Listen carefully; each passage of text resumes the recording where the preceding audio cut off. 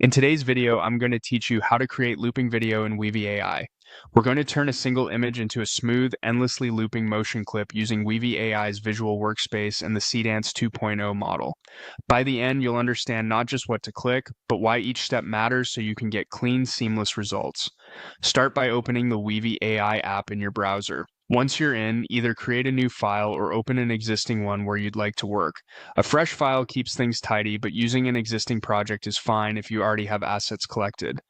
On the canvas, right-click and choose Import. This opens the uploader. Click the drag and drop or click to upload area and select the image you want to animate. Crisp, well-lit images with a clear subject tend to loop better, and higher resolution gives the model more detail to work with. Next, right-click on the canvas again and choose Prompt. This creates a text prompt node. Type in clear guidance for the motion you want, such as the kind of movement, its intensity, and the overall vibe. Think of this like direction you'd give an animator. Concise, descriptive language helps the model stay on track.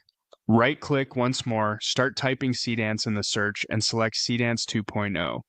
This is the model that generates a seamless loop by morphing between frames while preserving your starting and ending image. Now wire things up. Connect your image to Seedance as both the first frame and the last frame. This is the crucial trick that makes the video loop without a visible jump. The animation begins and ends on the exact same visual, so it can repeat flawlessly. Then connect your prompt node to the prompt input on Seedance so the model knows how to move the scene. If your first attempt looks too intense or too subtle, remember you can refine your wording and run it again. With everything connected, click Run Model. Weavy AI will process your request. Render time depends on image complexity and your prompt. When it's done, you'll see the output play right on the canvas in a loop. Watch the transition point closely. If you notice any flicker or drift, soften the motion in your prompt, emphasize continuity, or nudge the description toward gentle, cyclical movement, then run the model again.